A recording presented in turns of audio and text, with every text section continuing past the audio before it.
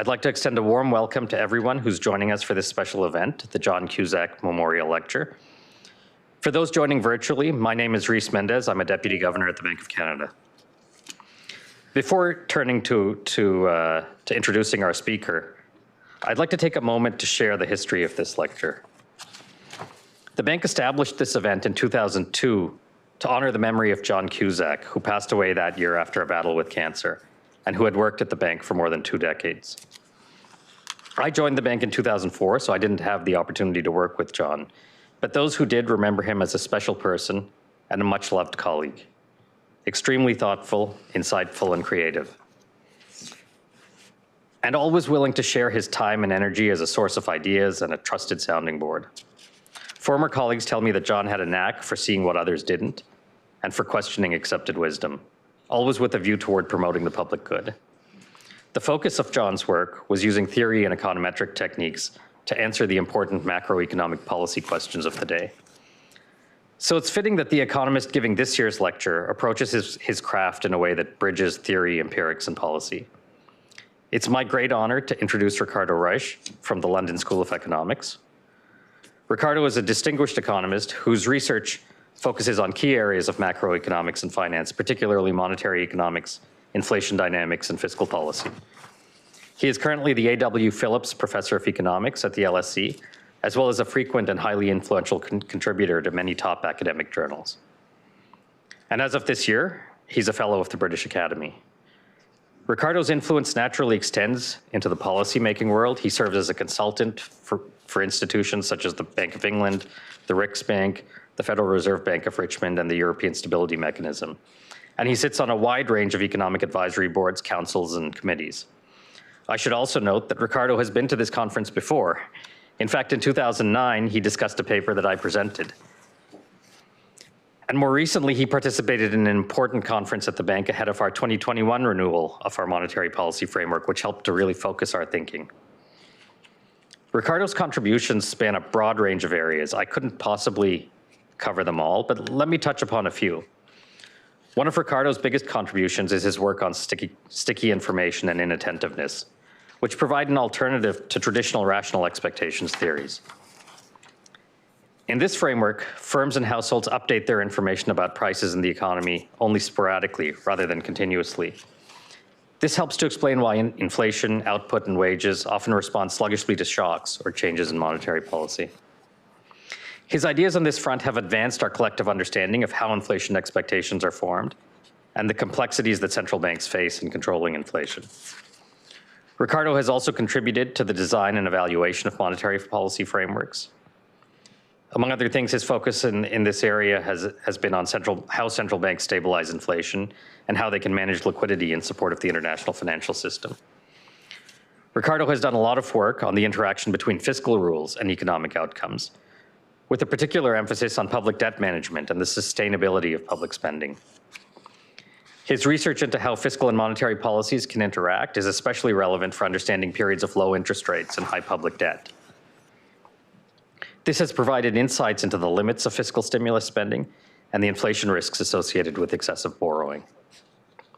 As well, his research made a seminal contribution to our understanding of how European banks holding sovereign bonds shaped the European debt crisis.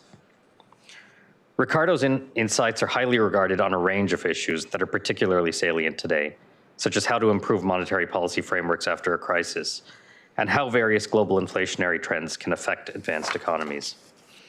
And of course, the topic of his lecture this morning, what he calls the credibility revolution in inflation expectations, is highly relevant to all central bankers. In his talk, Ricardo will discuss, among other things, what we have learned about measuring and monitoring inflation expectations over the last few years. Obviously, the recent high inflation episode underscored the importance of being able to track inflation expectations accurately in something close to real time. At the Bank of Canada, seeing longer-term inflation expectations stay anchored around our 2% target, even as inflation rose to 40-year highs, reassured us that our forceful response, combined with the public's trust in the target, was helping to prevent high inflation from becoming entrenched. We're very fortunate to have Ricardo here with us today. He consistently bridges theory and practice with just the right balance between the two. He uses rigorous models to offer sharp insight into real-world events and trends. This is why his work will continue to shape the thinking and debates around policy for many years to come. So without further delay, I'd like to turn the floor over to Professor Reis.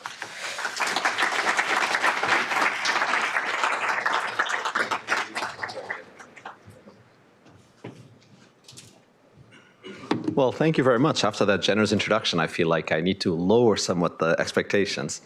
But thankfully, I'm here to talk about expectations. So I'll just dive into it. The big question in many ways in central banking, and even I would say in macro of the recent past, is why did inflation explode? Inflation, which had been under control for at least 20 years, went through an enormous increase, thankfully a short-lived one, and partly, I think, because of monetary policy. But across the G7, or even the G20, actually, with some exceptions, inflation really increased to a level that was almost beyond expectations. I remember writing a paper in the mid-2010s on trying to understand to what extent some of the public debt rise could be inflated away through a bout of inflation, and showing how financial markets were putting a probability of inflation going to, say, on average, 5% over a 2-year period as being essentially zero. You couldn't go out and buy insurance against that event because it was so unlikely that the market didn't exist. Some paper that turned out to be very wrong or very right insofar as showing how completely unexpected this episode was. The increase was large, not just looking at the last 10 years, but looking at a longer sample. The increase was large even if you slice and dice which prices you want to include in your inflation measure in different ways. Why did this happen is something that, understandably, now that thankfully, but I think also correctly, it's being diagnosed as being over. I think there are challenges to inflation looking ahead, but this period of the last 2 years is, for the most part, over. It is natural that we look back and try to ascertain what is it that really happened, how to describe it. And I think there's a consensus, a narrative emerging. You see it in central bank speeches from all over the world, including some by governors of the Banque of Canada, that over the last 4 or 5 months, and much of it informed, by the way, by the work of some of the people in this room, and which is well exemplified, if you want, by the always very popular and influential speech at Jackson Hole by the FOMC chair.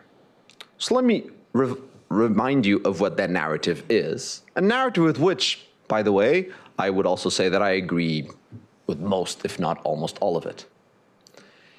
Somewhere during the pandemic, after the 2020 shock, we meaning policymakers here, undertook very large stimulus, both on the fiscal side, with very large deficits, as well as on the monetary side, by cutting interest rates to their absolute lower bounds, promising to keep them there for a very prolonged time in one of the acts of most explicit forward guidance that had ever been done, and with doubling the size of many balance sheets.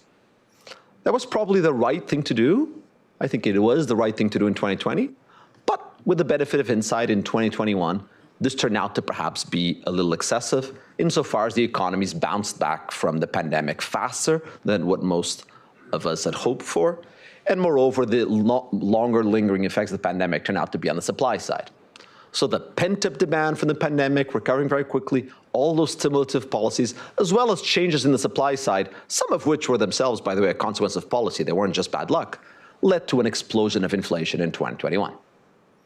Then, in late 21, we had a new round of supply shocks, namely through Russia's invasion of Ukraine, and the corresponding increase in energy and commodity prices that affected many other places, making this jump in inflation prolong itself by more than 6 months, but into 12 or 18-month period. In 2022, policymakers raised their policy rate quite aggressively, and perhaps coincidentally, likely not, inflation peaked around roughly the time when central banks started raising interest rates and showing an aggressive response to it. The causes, therefore, of this inflation episode were ultimately the distortions to supply and demand, if you want, caused by the pandemic and the energy shocks that followed, but also, and here I would add, understandably, Chairman Powell didn't quite emphasize, at least expose some mistakes in terms of size of stimulus that were done during this period. What about expectations? Powell mentions, and Rhys mentioned as well just now, that inflation expectations throughout this period stayed anchored, reinforced by central bank actions, and this facilitated the disinflation without needing for a recession recently. That the anchoring inflation expectations was a key mechanism through which we happened to reduce inflation without causing a recession along the way. Let me give you a more extreme statement of this that comes from a recent article in the Finance and Development magazine. I won't mention the author just because I'm going to be a little critical, but I will mention everyone else I say. Where they estimate a particular Phillips curve, try and say what were the shocks that contributed to it, and conclude it was all supply shocks, no inflation expectations at all, and illustrate that with that lovely chart 1 there on the right, where they plot the inflation expectations. That's the black line, which looks like a complete flat thing that contributed nothing.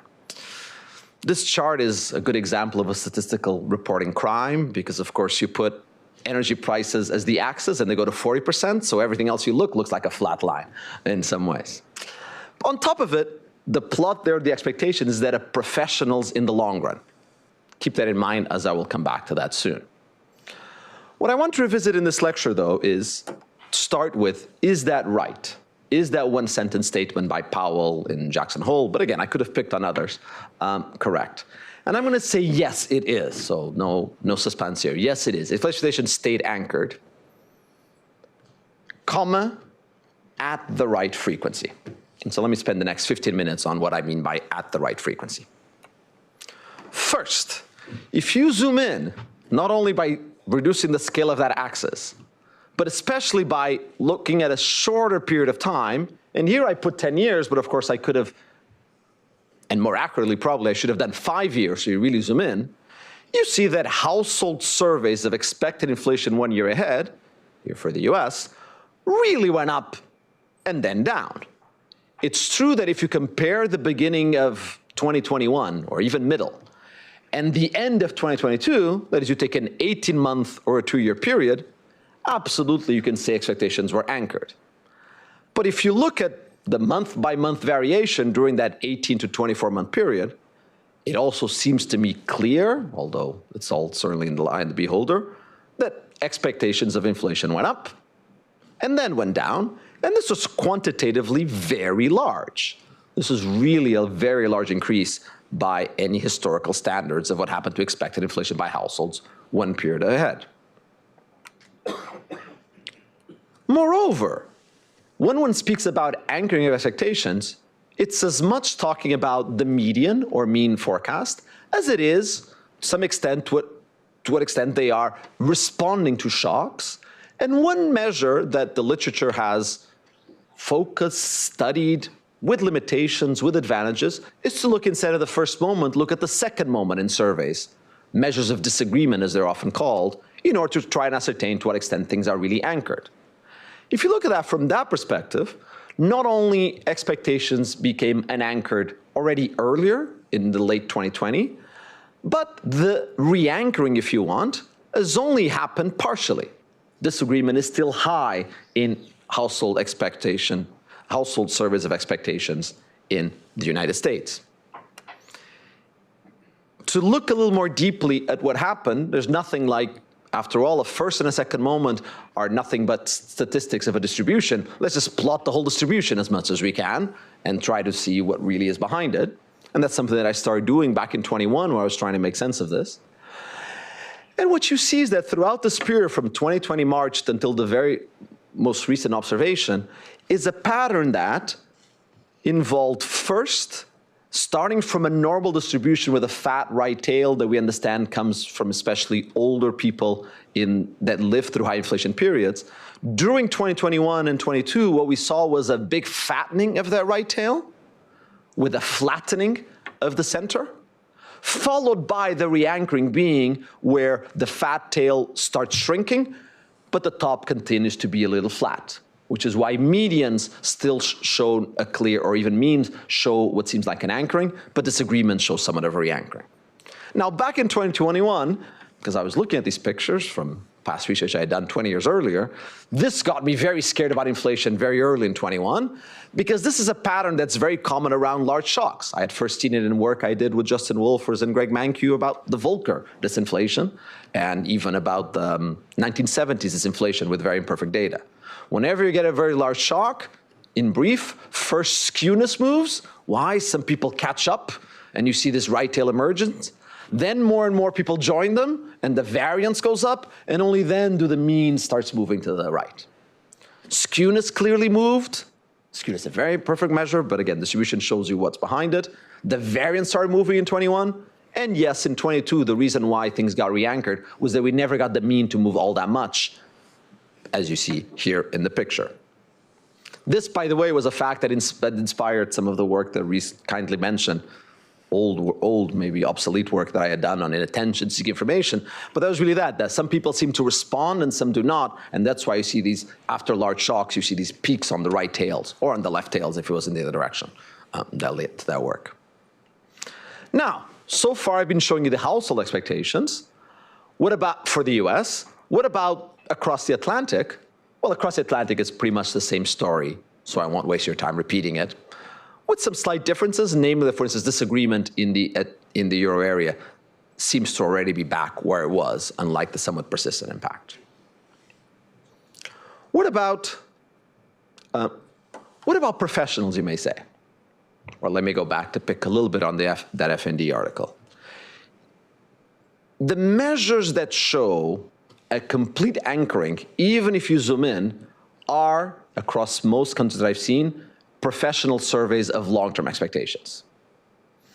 I find those, for the most part, completely uninformative about almost anything interesting. Professional surveys are of long-run inflation is going to 30 or 40 chief economists at banks, at least half of them usually are former staff members of central banks, and ask them, do you think that in 10 years the central bank is going to hit its target?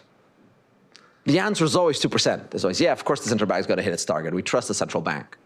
You have to really go out on a line to say, no, I expect that in 10 years inflation is going to be 3 or 4%. 1 year professional survey estimations are very useful.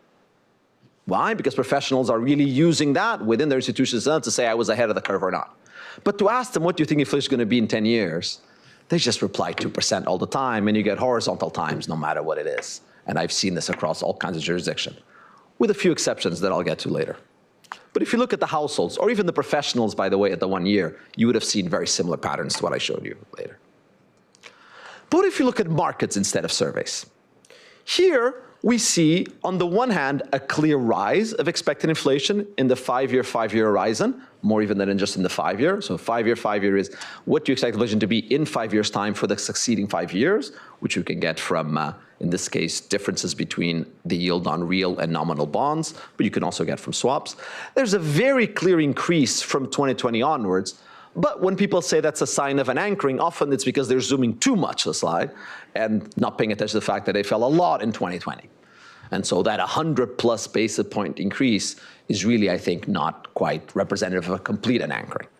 A little more accurate is that inflation expectations in that very long horizon, to which, again, I think you really have to turn to markets for, what you see is instead, in my reading at least of this picture, that inflation expectations are now persistently higher by 20 to 30 basis points or so in the 5-year for the US, similar for the euro area.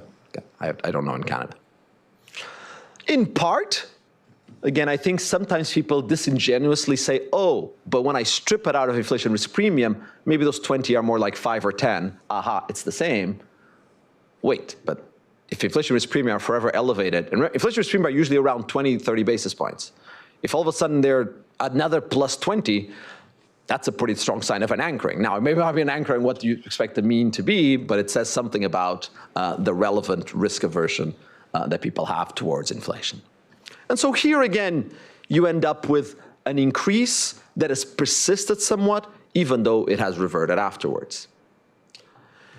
In my own work, a couple of years ago, as I was thinking about these issues, I said, well, to what extent can I look at the tails, not just the averages? Partly inspired by the fact that the averages in the surveys were a little misleading relative to just looking at the distributions. Well, luckily, over the last 15 years, there's been traded inflation options, which you can use to try and extract what are the probabilities at the tails. In some ways, that is the right use of options. If you want to insure against some bad outcomes, you go and buy an option. That is what the options are for. Now, using this data is difficult because some of these markers are somewhat illiquid. But so what? That's what econometrics is for and methods are for, and you have to work a little hard to be able to extract some information.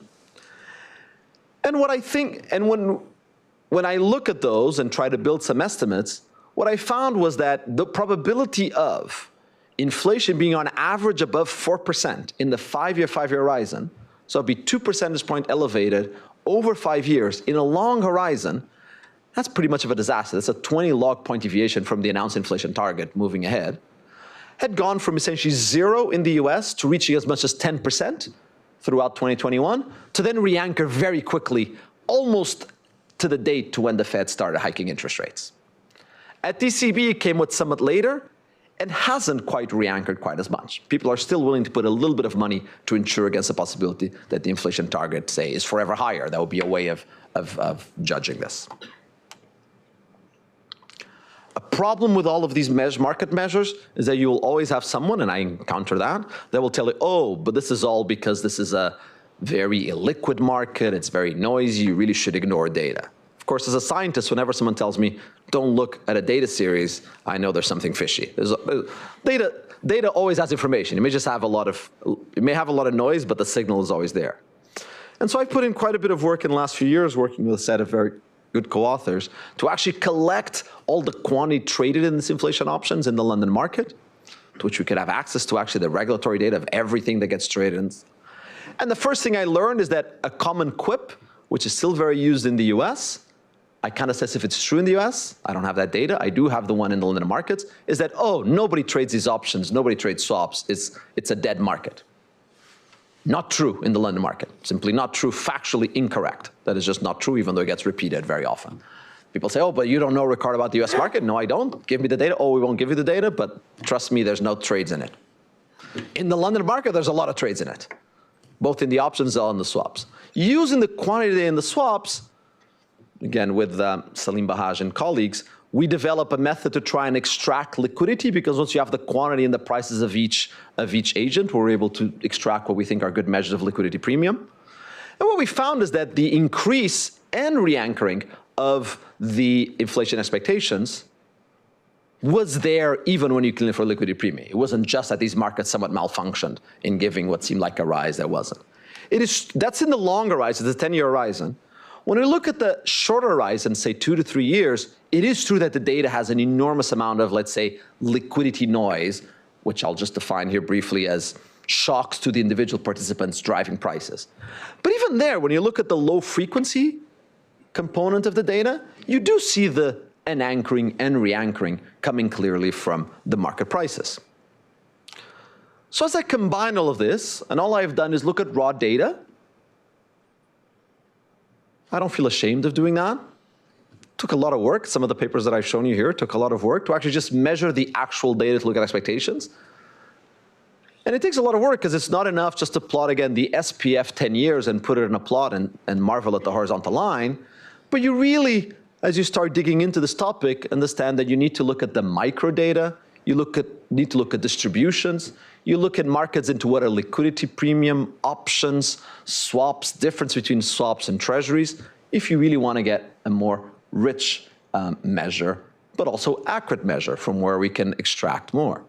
I take that as a part of what sometimes is called the credibility revolution in economics of the last 20 plus years, which is to really get a lot more serious about getting your hands dirty into all the ugliness of the microdata, including the fact, by the way, that many of the answers in surveys say silly things, as they do, by the way, in lots of other surveys for consumption, income, or something else. When I look at that, it's true that long horizon professional inflation forecasts move little, but as I said earlier, so what? They never really move all that much. Instead, I would say that the household expectation at the 1-year horizon moved significantly, up in 2021 and down in 2022. If you want, they were anchored at the 18-month frequency, maybe biennial frequency. But I think a slight wrinkle that I would add if I was in the team that wrote the speech for Jay Powell would have been a comma to say they unanchored and then re-anchored within the space of 12 to 18 months. I think that's a more accurate description. Judged by disagreement, longer market prices, option prices for disasters, there is some persistent effects. So I'd add a second comma if I had the space in that speech writing team to say they unanchored, they re-anchored, and while they are now well anchored, they're not as deeply in the holding ground, to keep on abusing the sailing analogy, as they were in 2019. And I think it's something that central banks should be aware of. On the second bullet point, central banks should, I think, rightly take credit for re-anchoring the expectations. On the third point, they should be weary looking at the future of whether, if we have a succession of bad shocks again, expectations will be quick to re-anchor or not. I want to go further, though, having done the first third of this talk.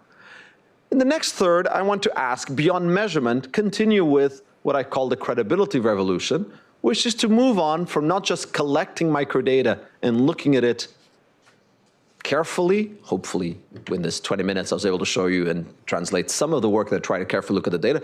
There's many people here in the audience who have looked even more carefully than I have, and many more papers on this, by the way, but I was understandably a little bit biased towards the papers that I wrote, but there's many others who have been part of this effort in the last 2 or 3 years, many of whom, again, here in the audience, like Ida there, or Stefano and others. But now I want to move on to 2 other questions, related questions, if you think of this description as being an accurate one. First, yes, expectations anchored, unanchored, and re-anchored. But energy shocks were very high, and then they receded. Do the energy shocks essentially drive all of the unanchoring and re-anchoring expectations? And second, and obviously related, to what extent did monetary policy shocks contribute to the less the unanchoring if you want, but at least the re-anchoring of expectations? Having established this finer description of the data, what was the relative role of the supply shocks versus the monetary shocks? Let me start with the energy shocks question. Here's a simple decomposition that I found quite provocative by my colleague Joe Hazel in a discussion of a paper by Paul Baudry a few months ago. If you simply estimate by OLS, something that people used to do all the time, regress inflation, unexpected inflation, crucially again, 1-year expectations. There's lots of versions of estimating this that uses the 10-year SPF. Might as well just put a constant if you're going to do that. There's no point in putting the 10-year SPF there. And the classic measure of the unemployment gap plus the classic measure of supply shocks, energy inflation. This used to be what we used to do before the pandemic, pretty often as a descriptive tool. What you see is that the energy shocks, and then you simply estimate this in 2019, and you run the Phillips curve for the next 2 years when you estimate it with data from 2019, or 1984, I'm sorry, 2020 Q1. What you see is that the supply shocks, the energy shocks, contributes actually very little to the inflation we observed. Almost all the inflation is explained by the expected inflation term. Now, explained, I use the word there purposely and incorrectly to get your attention. This is not explained. This is accounted for in a simple OLS regression. This doesn't answer in any way the question. But it is important to keep in mind that the expected inflation term really did matter a lot insofar as it tracked some of what was going on, at least in the data. Much more actually, by the way, than the energy, because yes, we had a large energy shock, but we very often have large energy shocks, and we had inflation going from 2 to 9 and 10%. The size of the energy shock was large, but not enough, given traditional historical estimates, to explain such large increase in inflation. We'd have had to have twice, 3 times as big as an energy shock to get there. Now, in 2021, as this discussion was happening, and I was being graciously invited to events like this and discussing these points, there were 3 influential facts that were stated in these debates. So allow me to state them so that you see why I need to revisit them over the next 16 minutes. First, there's a correlation between average expected inflation and real oil prices that is pretty high. Inflation expectation tends to be higher when oil prices are higher. We tend to think that while there's reverse causality, the oil prices often move for reasons in the oil market. This would say that yes, oil prices moved expected inflation. Of course, as economists, this is a time series correlation on 40 years of data between two very big macro series that reflect and are reflective of lots of things. So it's the type of correlation that we teach not just PhD students, but undergraduates to be at best motivating, if not else. But second, it was a fact often claimed, although not often all that documented, but thankfully there's a recent paper by Michael, who must be here in the audience, who kind of documented it, I think, much more carefully, noting that if you ask people, what do you look at to form your expectations, almost always when this has been done, and again, Michael, I think, has done it better than anyone, people mention energy prices, one of the three things that they'll mention. Some version of energy prices, price of gas at the pump, electricity prices, they'll often mention, that's how I form my inflation, expected inflation. Therefore, you would rightly infer, well, with energy prices going up so much, with it being so much in the news with Russia's invasion, then you might expect that people are over-attentive, they over-respond to this. In fact, we know that household expectations often are quite jittery. If you plot, see, the academic debates show that it's so. Now, if you had read that paper for more than its abstract, you'd have noticed that even though there were the 2 or 3 stars that are significance, what Kuszczak had found was that a 1% increase in oil prices raised expected inflation not by 1.6 percentage points, the tables had 1.6, it was 1.6 basis points. That means that a doubling of oil prices would raise expected inflation by 0.8, 0.9%, log 2 of 1.6. And expected inflation went up by 3, 4 percentage points. Still, as I said, a popular statement is to say, aha, we have the research of Koibiar-Gornichenko, we have the fact from 2, and they wouldn't cite Akunto Weber, and we have 1 to say that expected inflation was entirely driven by the oil prices and the supply shocks. Let's just focus on supply shocks. Expected inflation, if you want, central bankers see through them. They're just a mirror image of what's going on in the supply shocks and all the oil prices. There's really nothing to see there beyond a noisy mirror of what the supply shock is to start with.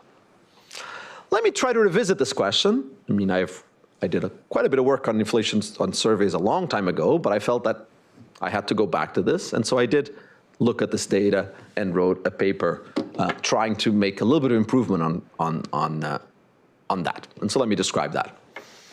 What I did with Paula Patzelt was to say, let me do something that we've been doing in the macro literature for 12, 15 years when we have a really tough time series correlation that we want to distinguish of 2 very big macro shocks. I think probably Emi Nakamura and John Steinson's perhaps the most famous study of this, where they're trying to understand the link between fiscal policy, or military expenditures, and GDP. And that is, let's try to look at cross-sectional data to infer something about what's really a time series moment, especially cross-sectional variation within a monetary union, so that if nothing else, we control for the monetary policy. We don't have differential monetary policy affecting these estimates. And that's very important because monetary policy responds very strongly to inflation expectations and very strongly to oil prices. We know that. I don't need to come to this building to know that the Banque of Canada pays attention to those 2 variables and sets monetary policy accordingly in thinking about those.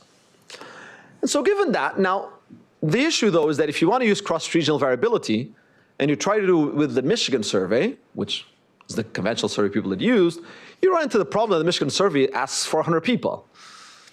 If you try to divide that by states, you end up with 10 guys per state at best. Some states you have even fewer. But luckily, the ECB has started a very, very large survey, much bigger than the New York Fed's one, for instance, and more detailed in some of the information that was needed, with as much as 22,000 people. Now, that gives me expected inflation of a person in a country, but also within a group, because we know that there's a lot of disagreement across gender, income brackets, and education, allowing us, therefore, to form systematic groups where people differ in their expectations and then their responsiveness to shocks like energy. Of course, a problem here is that the survey is recent. It only starts in 2020, so there's only 4 years of data. But these are 3, from the perspective of a scientist, great years, because there was a lot of variation. I'd rather have these 3 years than have 30 years when inflation was 2% and expected inflation was 2%. So you have a lot of variability in the data to try and answer this question, much more than you had with regression, say, on the Michigan data of 30 years before. In the end, variability is what matters, not how many T's there are that you count. In that data, you have a remarkable variability in the expected inflation. If you compare across my 8 groups, that's between the crossing the gender, income, and education, 2 by 2 by 2, 8. And here just plotting for Germany and Italy, you see that it's not just that Italians tend to expect higher inflation than Germans almost always, is the fact that during this period, sometimes these lines cross. There's actually quite a lot of variation in how different of these groups responded in this anchoring and re-anchoring expectations, if you want. Moreover, one can even measure anchoring by using, again, a proxy, not a great proxy, but one that the literature has used a lot, a measure of anchoring expectations, which is trying to look at a disagreement measure in the distribution of long-term expectations of households. Long-term expectations of households really means 3 to 5 years, but a measure of disagreement there has turned out to, I think the literature has shown repeatedly, to be an okay measure of anchoring beyond just the actual expectation. And those, again, show quite a lot of variability across groups that's not just absorbed by a fixed effect, by a group or country fixed effect. Electricity price, in turn, while everyone certainly is aware that electricity prices went up, they went up by very different amounts across European countries. The reason is that, and here I'm going to be focusing on electricity prices, arguably, I would say, as salient as oil prices are to households, certainly in Europe, where you very often have a market where these prices change every month, and more important than gas at the pump in the budgets of many households, is that in Europe, there's a segmented energy market. There's the Iberian market with Portugal and Spain. Germany is a different market. And they're all, sadly, it would be wonderful if there was a single market where there was competition, but there's segmented markets with different distribution networks and no barriers. There was a couple of months where, so Portugal and Spain have a great electricity market. It's very cheap because it uses a lot of renewables. And for a few months, even the French government said, oh, we should connect the market and build the infrastructure over the period it needs to do it, when energy prices really spiked up. But 2 months later, they went down a little bit and they forgot about the idea altogether. And so it continues to be a segmented market, so you don't have all that cheap Spanish energy flooding the French market, if you want. Now, not only we have variation to explore this, some of this variation is the segmented market, some comes actually from the demand side. You simply have to consume a lot more electricity or energy to warm up a house if you live in Northern Europe than if you live in Southern Europe. The expenditures are actually very, very different across different areas in Europe. Which means that not only one has the variability, one can exploit, again, in the spirit of the tools that we've developed to do credible empirical work in economics, one can exploit shift-share type instruments. Cross-country differences in expenditure shares, what I call their SCs, before the energy boost-up, will interact with the increase in energy across the euro area to affect differentially different regions and therefore potentially drive the expected inflation of different households in different countries and groups. Moreover, insofar as the changes in oil prices are an exogenous shift to the price of electricity, exogenous here again to monetary policy, to the demand effects, and here the great work of Diego Kanzig in building these high-frequency shifts. You can combine those shifts, I call them capities for Kanzig, times the share, and you have a doubly exogenous shift-share instrument, potentially for the electricity, that controls not only using the cross-section variation to deal with the common monetary policy, but here you have a shift-share instrument in terms of how it's going to try to affect the expected inflation directly beyond whatever effect on inflation. On the oil price, let me tell a little bit more about energy markets in Europe. You may find this curious. It's a wonderful, if nothing else, teaching tool. I think it's true of other places, but all I know about is Europe. The energy market in Europe consists of the following. You have for electricity. There's a downward sloping demand, as expected from households, firms, and others. And then there's been a lot of investment in either nuclear in some places or especially renewables in others. Nuclear renewables have a marginal cost of production of electricity that's approximately 0. And so the supply curve is essentially a horizontal line very close to the horizontal axis at first. But these technologies, renewables, nuclear, have a fixed capacity. They're quite expensive to build in terms of the fixed cost. And so that horizontal supply ends at a point at the installed capacity. After that, we use natural gas, oil, and in extreme cases, coal, to produce the electricity that's needed across the different markets in Europe. And so you have an upward sloping supply curve mapping exactly the upward sloping supply for natural gas, oil, and coal, which are very not arbitrage is not the right word, but quite a lot of substitution across those. So you have an upward sloping supply curve there. So what I told you in the previous slide when I said, oh, let's use these oil price shocks are nothing but shocks to that upward sloping supply curve. Any shock to the price of oil is going to shift the cost at which you can produce electricity if you're at that upward sloping path. However, to start with, there is the horizontal path. And the horizontal path is not irrelevant. For instance, for actually more than a month in Spain, electricity prices were zero. They're actually negative because of the subsidies just a few months ago. Because once the demand shifts enough to the left, and there's been a lot of energy conservation, as well as a lot of installment of capacity, electricity prices actually go to zero, as you'd expect from just marginal cost competitive pricing in some ways. It's temporary for its reasons. Again, subsidies play a big role, but absolutely, it not only can happen, it does happen. During the 2021-22 period, that did not happen, but what did happen is that every month in Europe, there's a lot of variation of wind across different regions. That has a very large impact on what the capacity is for producing electricity out of wind. So you actually have very big shifts in that kink, some of which have to do with rain and the use of dams to produce hydroelectric energy. A lot of it has to do with wind. What that means is that you can use wind speed in different areas per month, and sometimes there's very windy in some parts of Germany and no wind in Spain, to actually come up again with an instrument for variation in the price of electricity. It's actually a pretty strong instrument. You correlate the price of electricity with wind, and you get a pretty strong instrument, a first stage for what happens to the price of electricity. Okay? Combine these, and here is a regression of expected inflation at the individual, group, country, month level on changes in the electricity prices as my measure of price of energy, and interacted with as measures of an anchoring of expectations. And the first column is just a plain OLS regression, although perhaps the most informative. And it says that first red bubble that a 1% increase in electricity prices increased expected inflation by 1.4 basis points. But if expectations are unanchored, as they were in 2021, which is where that parameter is standardized, the effect is higher by another 0.6 basis points. Okay? Now, this is exploiting all the variation. You may say, well, I want to exploit more variation across countries, but not individuals. That's the second column. Coefficient is somewhat similar.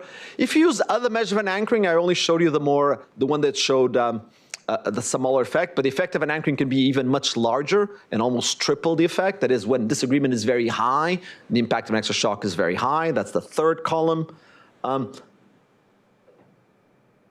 Right, or including only at the country level. And then a trickier question is, and let me leave that for column 6, and this is really coming from the variation across groups. That's what the fifth column gives you when you have the country group fixed effects. But the important one is this, or an important one to highlight is the sixth one. The important ones are the first and the sixth, which is, what if you include time fixed effects or not? From a causal perspective, you want to include the time fixed effects, insofar as they may be correlated things that happen at the gradual level. That's what your instinct as an applied microeconomist tells you. From a macro perspective, that's not clear at all, because with the aggregate time fixed effects, you're kind of soaking up exactly variation that you want that's relevant for the macro question. So I don't know. People sometimes get I prefer 1 to 6, but you have both, you pick. I think 1 is the right one, no time fixed effects, but micro people tend to think you have to have time fixed effects, but I'll leave it at that.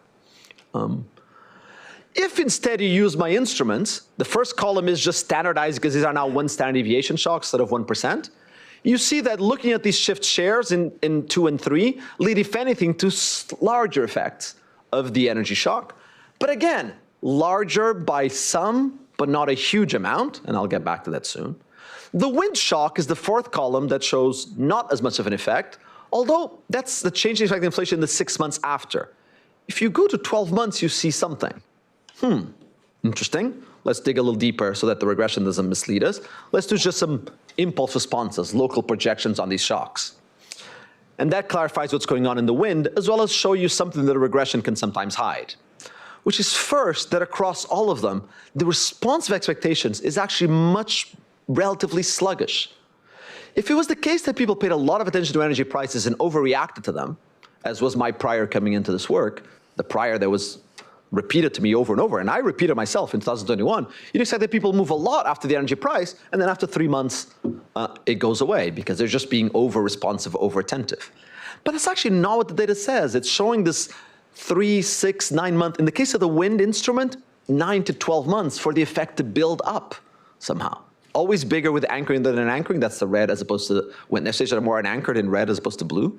But what you have is this sluggish behavior, which means that in some ways the response to energy shocks is actually not all that different from the one that research across all kinds of shocks, monetary shocks, technology shocks, very famous paper by Oli Koibu and Yuri Garnichenko and the JPE, and then another follow-up in the AR that had like 9 shocks, technology shocks, all shocks, this shock and that shock. And everything showed this very gradual response, this stickiness of information, this inattention, if you want.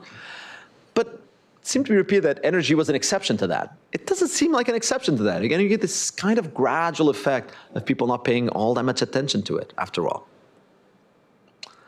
But now let me go back to the policy question, the counterfactual. Using those estimates, how much would the regression equations predict that energy shocks explain the increase in expected inflation?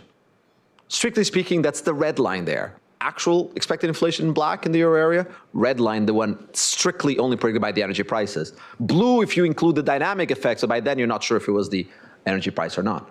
And the answer is not a huge amount, really a fairly small amount. We can argue 10 to 20%, maybe 30% of the increased expected inflation.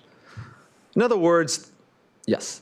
But secondly, if expectations are unanchored, the effect is significantly larger. Again, it's twice as large. It goes from, say, a 20-ish% to a 30 or 40-ish%. This is the comparison in blue and red between whether you have the disagreement at the old level versus at the level that it was in 2021-22. Still, conclusion from this work is that relative to the prior, energy prices are not a major driver of inflation expectations. Yes, people pay a lot of attention to them. They mention them a lot. But do they really drive expectations when we see them anchoring over a period of 6, 12 months and re-anchoring over a period of 6 months after? Blaming on energy prices does not seem, I think, to be supported by the data. And I still hear this repeated all the time. Energy price expectations, they don't really, if you look at it more. Third part of this talk, perfect on timing. Did monetary policy shocks contribute to the re-anchoring expectations? Now, that's a very important question. And since I've spent the last 41 minutes answering the questions with my own work, I will spend the next 15 talking about other people's works on this question, especially on how the literature informs the answer to this question. Now, because I'm going to use other people's work, what that means is that they weren't exactly answering the question that we'd like for our application, so I'll have to interpret other people's work as it goes and answers this question. Let me start with the most perhaps, and rightfully so, the famous regression in this literature, the errors on revisions panel regressions. You regress the forecast error of individual I on T. This is seminal work by Oli Koibu and Yuri Garnichenko. Forecast error of individual I at T and regress it on the average revision, the change in the forecast average over everyone, the previous period, and the revision of me, individual, minus the average revision. This is a panel data regression of individual and time, which would be month or quarter, depending on the data you have. There's 2 versions of this regression. One is the Koibu-Garnichenko regression, which is, let's run this in the time series. If you want, average both sides of the regression, the psi goes away. All you end up with is with a kappa. The kappa is very strongly positive. This has now been redone a ton of times. It's always positive. And this is what's led sometimes literature to call it the underreaction of average inflation expectations. Whenever you revise, you seem to revise too little because the next month you keep on, if you revise up, you keep on understating and therefore making a forecast error of the same sign as you revised. Okay? Another way to see this, a simpler way, is forecast errors tend to be very serially correlated in the time series if you look at the average forecast error in some ways. Instead, let's run this as a cross-sectional regression. If you want, call this the Bordalo-Gianaioli-Schleifer regression, which is, let me do it in the cross-section, put a time-fixed effect, so that I kill the kappa entirely. If we run this across, oh, there's a typo there. Psi is positive because I decided to put a minus there, sorry. If you run this regression, psi is always positive. Remember, it's negative up there. Okay. Double negative, apologies. That is that actually in the cross-section you have overreaction. This is a wonderful example of a composition fallacy to tell students. What happens is that people on average underreact. Why? Many people don't react at all, but some react way too much. So much that they revise upwards and now the inflation was, they said there was 2, it turned out to be 3, then they say, oh, I expected now to be 20. But no, it turns out to be 4 or 5. But because there's only a few of those people doing that, 10%, 20%, the ones paying attention, what you have is that the average still underreacts. So in the cross-section, people absolutely overreact to things. They're overconfident. When they pay attention, as in, for instance, in the Luminita-Stevens model, when they're paying attention, they overreact. The thing is, very often, they're not paying attention. So the average underreacts, if you want. Okay? So, are expectations sluggish? Yes, they are. But to understand it, you have to understand that, again, it's a fallacy of composition having to do with the disagreement that exists and the different behavior that exists towards updating attention in the equation. Here is, sorry, an example of that again. Positives and negatives, but from another paper here. So we know that people are going to, on average, underreact to the monetary pulse shock, even if in the cross-section some people are going to overreact, because they do that in response to most shocks. The beauty of those regressions is the extent to which they are true for any shock. But if we look at a particular shocks, me here cite from a very nice paper by Tobias Broer and Alex Kohlhaas. If we look at the forecast errors and you go and try to regress them on the shocks, as opposed to revisions, let's just regress them on a bunch of shocks and people have a bunch of shocks. Namely, let's try to regress them on a bunch of public signals. Okay? Identification isn't as good because, you know, it's all subject to measuring the signal, but still very, very informative. And what they find, which is quite interesting, is that if you look at the left, this is how much does my forecast error, how does it correlate with a public signal being the release of the forecast of everyone else, the average forecast? And it turns out that that coefficient is always negative. If you want, that people overreact to the average forecast. I learned that expected inflation, if you want, and this is for professionals, because they're the only ones who even pay attention to this, so the regression on this SPF. As you get the news that the average in the Michigan or in the SPF or the survey was 5% expected inflation, you see an overreaction to it. People start making over-responding and making a forecast error in the negative side. But when you look at releases of economic data, the most obviously useful one is the inflation data, people underreact, then they make a positive forecast error. In other words, expectations seem to follow a beauty contest in the sense that people are very responsive to what other people think expected inflation is going to be, much less responsive to actually some fundamental they may expect what inflation is. There was an active theoretical literature 20 plus years ago on this. I think some people here in the room contributed to it. But I think the data has really spoken kindly to this fact of people paying a lot of attention to others as much as they pay attention to the fundamentals. Let me give another example here from a Brazilian professional studies data. Brazil has one of the nicest or most remarkable surveys of professional forecasters. Why? Because the Central Bank of Brazil wanted to start it, I think it was already maybe 20-ish years ago. It's called the Focus Survey. And so they wanted to get these professionals to go and answer the survey. And as you know, if you've ever run a survey, the hard thing is to get people to answer and to actually log in and answer. And so they had this idea of saying, well, we're going to do this. You plug in your forecast as a daily. You can go at any point in the month and update your forecast if you work in one of these 40 or 50 banks.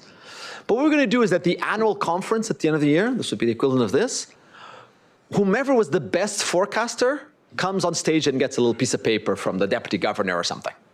So that you put a little bit of effort because maybe you want to win and be said that it's the best forecaster and so on.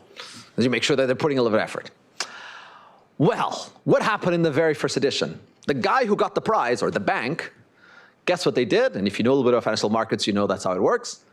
Within a few days, they bought a full-page ad in the newspaper saying, Banco Central Brazil says we're the best forecaster in town. Because if you're in the financial markets, as much as making money, it's drawing money into your fund that matters. Well, since then, whoever wins the survey is a major thing among most of the investment banks or hedge funds in Brazil. They put huge effort. They hire PhD economists to win the competition, because then you can draw a significant amount of money from investors by saying the Banque Centrale said that you're the best at forecasting. So it turns out that you have a super incentivized survey where people are really putting effort. It's not like the SPF where you may do it at the end of the day. No. They really want to get this right, and so they put the effort. Here is a striking fact by a paper by Raffaella Giacomini, or series of co-authors by, so Raffaella presented first, okay?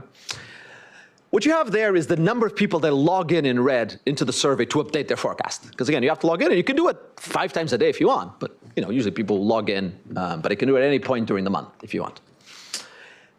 And on black is the mean square forecast error. So not just whether you paid attention, but also the extent to which you start making a better forecast when you update it or not. The peak there, and where it says CD, is the date in the month where the central bank is going to start measuring how good you are, and especially they're going to release what was the forecast of the previous month. The IPCA is the date at which, this is a centered 2 different diff if you want, when you actually release the inflation data. What you see there is that you release the inflation data. None of these guys are paying attention insofar as saying, oh my God, inflation came too high, the CPI release was too high, let me go and update my forecast. You see no difference whatsoever. The data which it's being released what the other guy said in the previous month, I'm like, oh, if everyone else said that, I want to adjust my forecast so that I beat them next month, or if you want, this month. Again, it's a clear beauty contest in the way that they're timing their attention. So why is there this sluggishness, including response to monetary shocks? Because people are looking at each other. And what we know from strategic complementarities games is that they lead to a large amount of inattention, of inertia even, because you really want to stay with the crowd. But what strategic inattention games tell you as well is that that's true until you get a large public signal. Let me tell you about another paper by Stefano Giuseppi there in the audience, and a series of co-authors. In Brazil in 2011, again, using this lovely survey they have because it's daily, there was a very sharp shock in that the central bank governor, everyone was expecting it to hike. It had been hiking interest rates. That's the left-hand side there. Inflation was running relatively hot. But there were elections in 6 months. We now know, and even learned then, had been promised a job in the future administration of Dilma Rousseff. In 6 months, she got elected. And suddenly, and completely unexpectedly, in gray is what the market expected, and red is what happened, and surprisingly announced a big cut in interest rates of 50 basis points. Nobody saw it coming. One of the biggest, if you do high-frequency monetary shocks, is as big as it gets in terms of nobody saw it coming in a sense. Okay? So this was pretty public. Immediately, again, within hours, it was rumored, mentioned that he may have been captured by the fiscal authority, if you want. What happened to expected inflation at a long horizon is the bottom slide. It jumps up within a day. This is long-run expected inflation. I can't see now, long-run was 36 to 48 months ahead. Okay? Did it respond too much? Probably, certainly if you look exposed. But the thing of beauty contests is that, for the most part, they lead to sluggishness. But if you have one very clear public signal that's very coordinated and very visible to everyone, they lead to overreaction, and very quick overreaction, as Stefano shows in his work. Fourth and finally, randomized control trials. And this is a paper with so many co-authors. I'll mention Hassan Afrouzi, but there's 20 of them. I couldn't even fit them all. That's coming out, I think, in Econometric or something. Here is a combination of a series of randomized controlled trials where you ask someone, do you expect inflation to be? You say 3%. You ask them some other things. You tell them some piece of information to a treatment group versus a control group. And then after a few questions, you ask them, and what do you think inflation is going to be? So you ask them a second time. Now, you can't ask them a second time because it's well known that if you ask the same thing twice in a survey, person thinks, oh, the surveyor must be doubting what I answered the first time, and so they're going to have an effect. So you answer in a different way. In the first one, you ask, what do you think in general prices are going to rise for what you pay? The second time, you ask, what do you think the CPI is going to be? There'll still be some concern or not. What that means is that if you give them no information, the control group is there, you'd expect the posterior and prior to line up, so to have the 45-degree line. That's the black line there, close to it. You don't exactly get the 45-degree line, meaning that posterior is equal to prior with no information, meaning answer to expected inflation in question 20 versus question 2 shouldn't really change very much, but you get something close to a 0 and 1 in the coefficients. Close enough, I think. What happens then, though, when you give them a treatment or you tell them something? you already know, and I don't think that's actually also the more interesting, that you tell someone, they say expected inflation is something, you tell them what inflation was, they immediately say, oh, it's going to be somewhat higher. Maybe I've been too negative. It was interesting a few years ago, but now I've had so many papers that show me that I'm not all that surprised anymore, okay? We can come up with stories of why the information. I find more interesting is this issue, is this gamma there, the slope, which is to what extent does my prior line up with my posterior? If that information was useful, that should break the lineup of prior and posterior somewhat. And the fact is that it does. These treatments make that association flatter across the agents, okay? So it's not so much that information moves expectation, is to what extent it disconnects it from my prior. But, and even more interesting, is you can therefore think about the strength of the information, to what extent it moves you for a trier. And they do this for a lot of countries. I think that's why there's 20 co-authors. And what they find is that whenever inflation is high in the horizontal axis, the less information by the central bank is effective in moving your prior, posterior relative to your prior. Why? Because the higher is inflation, the more you're already potentially informed about what's going on. Me telling you some information, a speech, in this case a particular treatment within the survey, starts mattering quite a lot less than it does. In other words, that the monetary policy regime matters. Good example, again, teaching example of Lucas' critique, if you want. So after this, and as I focus on each individual paper what it did, note what I did to you and why I picked these 4 papers. I showed you panel regressions. I showed you response to identified shocks. I showed you a high-frequency diff and diff. And I showed you randomized controlled trials. In other words, I used the whole gamut of what we call the credibility revolution, if you want, the tools in applied micro to try and infer, I don't think causal is the right word, quasi-causal effects of things that we care about on expected inflation. When I apply this to 2021-22, combining then the results that I had earlier, one has that the monetary policy and actions do matter. Shocks matter. Often they don't move things, but especially in times of an anchoring, they can matter quite significantly. Especially at the times when you say, I remember I think it was a speech by Jay Powell, no more Mr. Nice Guy. Pretty big break from previous 10 years of nice, popular central bankers. I am serious about inflation. That will have an impact on re-anchoring expectations. When attention is high and people are coordinated, you will have an effect in some ways. Let me conclude in my 3 minutes and 33 seconds. What I tried to give you in this lecture was, as the title, hopefully now you understand it, was to show you that some of what our colleagues in Applied Micro have been doing, what they've grandiosely called the credibility revolution, trying to use microdata identification tools, if you want, to make progress, is something that has been very much alive in the macro literature that has looked at inflation expectations. And that is, 1, use microdata and econometrics to focus on signal in spite of noise. Yes, expectation survey data is very noisy, but by the way, it's not noisier than, not expectation survey, than expenditure survey data. Microeconomists 30 years ago, when you run the consumer expenditure survey, you realize that most people say stupid stuff. They say things that make no sense in terms of how much they spend, doesn't link so much. You run any regression on a consumption function of some kind, an R-squared of 5–6%, that's a huge success. And yet, nobody has stopped studying consumption that way. And yet, I still will go to conferences and someone will stand up and say, oh, look, people say stupid things in inflation expectations. Therefore, I don't believe a single paper on the inflation expectations that written on inflation expectations data. Look at consumption, look at income, look at any survey. Use econometrics, you know the R-square is going to be low, you know there's going to be a lot of silliness in the answers. That doesn't mean you don't pay attention to microdata, okay? Second, there's large disagreement that varies over time that we can exploit. Again, as our applied micro colleagues did in labor economics 30+ years ago in studying wages or employment transitions.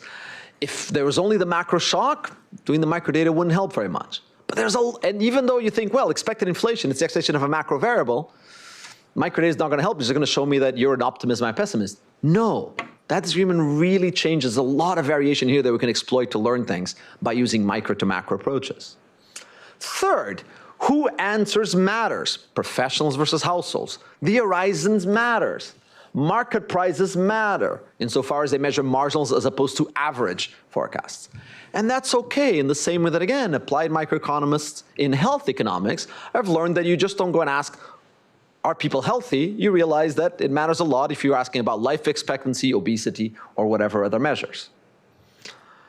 Likewise, the identification strategies to ascertain links from drivers to their effects have been used all the same in terms of the tools there. I think the expectations in macro literature has been a very active, and I'm happy to see many people here who have worked on it. I think it's a huge success story in economics of the last 10 years of using all of the diversity of micro and tools to try and make serious progress, as I hope I showed you that has been done in the last 50 years. Most of it not by me. I was a little biased towards some papers that I've done, but vast majority not by myself. And I conclude then with a question that I ask. Inflation expectations during the inflation disaster. Were inflation expectations anchored throughout? Yes. The common narrative that central bankers are repeating in conference after conference last few months is correct. At a biannual frequency. Because between mid-21 and mid-22 at least, they were anchored and re-anchored, and not as deeply and steady as they are before. Were the movements in expected inflation solely driven by energy prices? Yes, households pay disproportionate attention to energy prices among all the fundamentals, but they pay very little attention to all fundamentals. And quantitatively, therefore, this explains very little. Compared to any other fundamental, absolutely, go do research on energy price and expectations. But to conclude from there that therefore energy prices drive expectations is just, again, a complete fallacy of not qualitative stars versus quantities. Should monetary policy see through inflation expectations, and can it affect them? Well, some people will overreact, others will underreact. Be therefore careful with the sample selection who you're talking to. Fantastic work, and you'll see an illustration of that in Michael McMahon's paper in this conference on communication by central banks, exactly about be careful instead of who you're talking to and who's listening, because you're going to have very different responses when you try to use communication policy. Beauty contest means that usually they move very little, but careful about the Lucas critique. It also means that when something big happens, they can move a lot. The regime credibility can reduce the risks and make the job easier. Therefore, I think this literature is unanimous, not unanimous, but strong given support to inflation targeting regimes like the one at the Bank of Canada in order to make that job easier, and concluding where Jay Powell concluded as well. Thank you very much.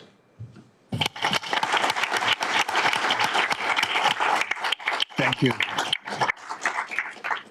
Thank you, Ricardo. We have, I guess, time for a couple of questions from the floor. If you'd like to ask any question, just please go ahead, and then we'll have the break. Yeah. Thank you very much, Ricardo. One of the questions I was wondering is, when you're looking at, especially through the Eurozone, have all this expectation data, and seeing when, there really was the change in the communication of being very anti-inflation, was there much variation, or did you observe anything that kind of correlates of where expectations seem to re-anchor more, or what across that area? Anything on that side that there was anything rich, or getting any sense that we learned anything from that? I'm going to punt. No. Nothing that jumped to, I'm not going to make something up. No. Wherever we tried to look, no, we didn't find very much. Yes, I just haven't been able to find very much. Got it.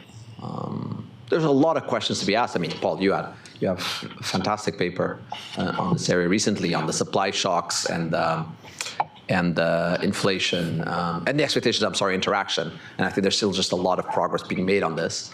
But no, I think let me put it as follows. I take to heart very much, and since this is a policy lecture, something that David and Christy Romer wrote in the AA Papers and Proceedings maybe 3 decades ago, I forget now, which is that the largest mistake a central bank can make is to think that it's not in charge of inflation. This is from their reading of American economic history of the last 100 years. And I want to repeat that in this context. I'm not answering your question, but I have to say something. Because you do see that mistake in part happening. You saw some hints at that mistake from some commentators 18 months and 24 months ago. It's not our fault when things go bad. That's the biggest mistake you can make. And I'm very reassured, and this is not credible evidence, using my title, that when central banks started hiking rates across the world, uniformly the inflation disaster finished, and it finished quickly. The fact that it finished without any output losses that were large may have been luck, may have been the anchored expectations. I think the jury is still out, and I expect smart people here in the audience to be able to make progress on that question. But the fact that it was when we got serious about hiking interest rates and fighting inflation, that inflation came down, could have been a coincidence, but that combined with historical record solidifies my prior that the hiking in interest rates, the actions, the seriousness with which it was dealt with was very important in bringing them down.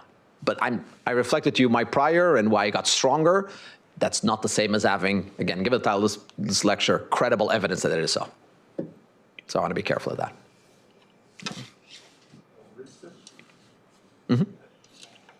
Just curious about what's your view about the relative role of, say, policy shocks versus the supply shocks in impacting inflation expectations. Like, was it, too much stimulus? Was it the supply? I don't know if you're aware of, any recent work or. I'm aware of several papers that have tried to estimate the size of how much of it was the policy versus the supply shocks. I'm not going to, some of which you've written, but I'm not going to pick on some particular papers or others in the sense of saying that. I think it's an active research agenda. I think it's important to quantify those. I find the opposition between them sometimes in the literature discussion to be a little misleading. It's hard for me to believe there was 100% one and 100% the other. I'll go back to my previous answer in saying, if you say it's 100% supply shocks and 0% policy, again, I think you're falling into the Roman mistake in saying that policy doesn't matter at all, which I think to be very dangerous and I think unlikely. Beyond the dangerous, doesn't seem right to me.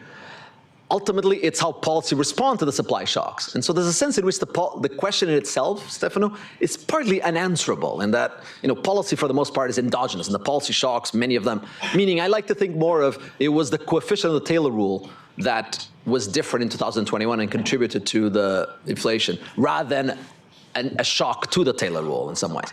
But of course, what I just said then makes the question extremely hard to answer and makes the quantification rely on a series of assumptions that different people have made and come up with some numbers or not. But I would be likewise, it seems to me incredible to say that it was entirely policy versus supply shocks. Supply shocks were very clear. I think an answer that I find particularly appealing, but again, I really want to be careful in terms of, just because I find it appealing, it may reflect more my priors to the data, is that the supply shock started the inflation, but a few policy mistakes, many of them understandable, like I said in 2020, led for it to get bigger and prolonged by a few more months than otherwise. And I find that an easier thing to quantify insofar as how many would have been one and the other on that. Rhys, yes. Thanks, Ricardo. Very interesting. So two questions. So one on this slide, on the second bullet on this side, you say expectations re-anchored, but not as deep and steady as before. And so do you have a sense at this point of sort of like what that means quantitatively? How much additional risk is there? Future shocks cause more de-anchoring than the last episode. And then the second question, just going back to your discussion of re-anchoring earlier. So you were talking about re-anchoring in the context of, say, 1 year ahead inflation expectations.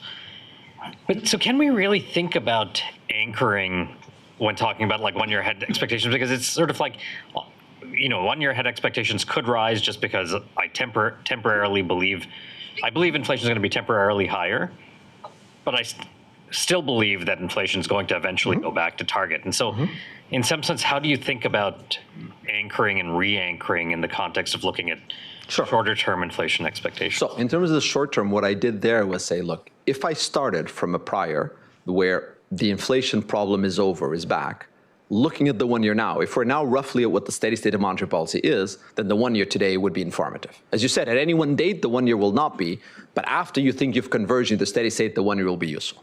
That's in terms of the mean. But the way in which I actually talked about anchoring here was in terms of the disagreement. And when I said that they're not as deeply anchored is the fact that the disagreement, that's been very steady in the last 2 years, hasn't quite converged as much. Now, to be clear on that one and on the disagreement, note that we know from the work of Malmandier, Nagel, and others, that often when you have these large inflation shocks, you have a disagreement that can persist for 20, 30 years because you end up with some cohort effects that persist. So maybe, and that then, if that then becomes a fixed effect de facto, then it's really not a measure of that a central bank should really worry about. Maybe we're just at a plateau higher of that disagreement that does not reflect in an anchoring. That's certainly an open question that only more data will be able to show. So that's the point that I try to make. Now, in terms of the 1 year versus long horizons, you are right, and notice that in my inflation expectations regressions for the energy prices, I was using the long run of the households, which in the ECB survey is the 3 year. And I was looking at the disagreement in that or the distance from target. I had two measures to precisely measure that one, which is, I think, better if you want to measure that anchoring. And that's the one in which at ECB you see a re-anchoring, but at the Fed, still a persistent one in the data of that saying higher. How much does this matter? Again, within the concept of the energy regressions, it means that a doubling of energy prices because of some problem in the Middle East or somewhere means that expected inflation is going to move by an extra, I forget what my estimate was, but something like another 0.5% percentage points by them being a little bit more an anchor than they were before. I think 0.5, 0.3, I think is the answer that comes out of this. Finally, though, on the long term, you do always have the issue that, and I'll be a little rough here, but not inaccurate. If you ask people 3, 5, 10 years from now, they give you the same answer. In a survey, they just, again, I've myself written papers trying to torture the data to distinguish between these. You really start torturing the data. I mean, there's 1 year and there's long horizon, but you really can't. So when you really want to ask a long run question, like you're saying, you really have to turn, I think, to the market prices or the professionals, but even the professionals, not much. But the market price is really where I think, and that's what I did in this presentation. And so if you want to think about 5, 10 years ahead, I think it's the expectations of the market prices, and then you have to worry about liquidity, risk premium, and what matters in those. But that's, I think, the right way to look if you really want to ask that credibility question of inflation targets. Thank you very much, Ricardo. We are running out of time, so thanks again. And we're going to have now the first break, and we will resume in about 15 minutes. Thanks again.